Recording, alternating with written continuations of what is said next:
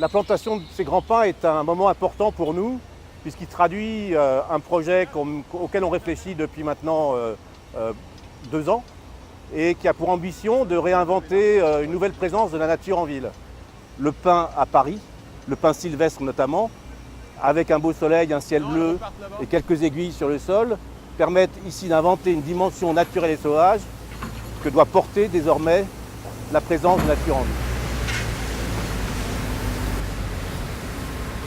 Bon, Paty. Il faut le redresser un tout petit peu par là. Relâche-le un petit peu. L'ambition du projet, c'était quand même que le paysage il ait tout de suite sa force et une présence assez importante.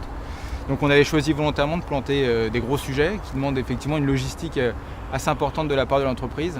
Certains sujets ne sont pas capables d'être plantés avec du matériel habituel qu'on peut avoir sur chantier, des petites pelles 3,5 tonnes. Là, on a été obligé de passer sur des pelles beaucoup plus grosses qui avoisinent les 16 tonnes.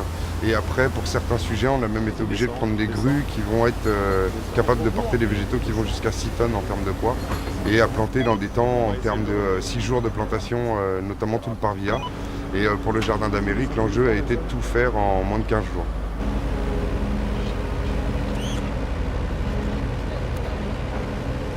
Jean-Loup Boisset de la société Valois, je suis chef de chantier dans cette société depuis 18 ans. Donc je pense que la réussite de notre intervention ces derniers jours est liée à une forte cohésion au sein de l'équipe que j'ai réussi à mener depuis maintenant plusieurs années puisque nous travaillons ensemble depuis un petit bout de temps. Et voilà, je suis là aussi pour essayer de faire respecter les règles et puis que tout se passe dans les meilleures conditions. C'est bien. Là, nous détachons les ficelles de l'arbre pour libérer les branches et nous permettre ensuite de le lever et de mettre dans sa fosse. Donc là, ce qui est important, c'est d'ouvrir les branches délicatement, sans les casser, puisque là, nous avons affaire à un résineux, qui est un système, des branches relativement sensibles à la casse.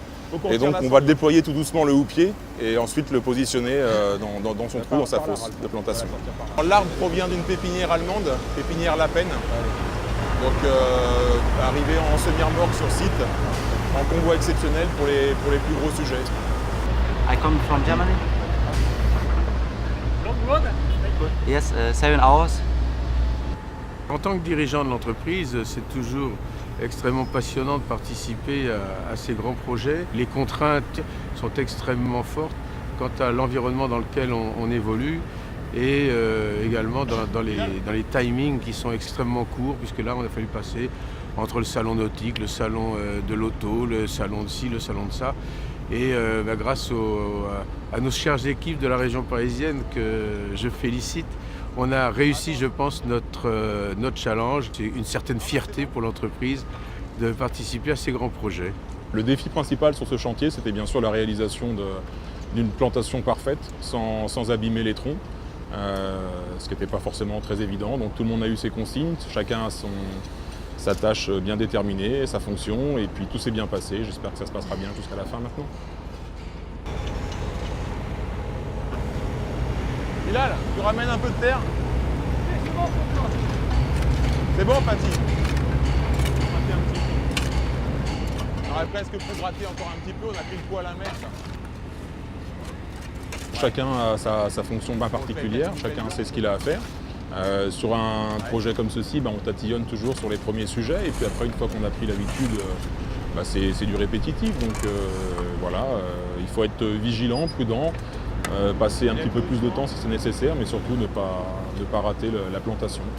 Il y a quand même un enjeu financier derrière, donc on ne peut pas se permettre de faire n'importe quoi.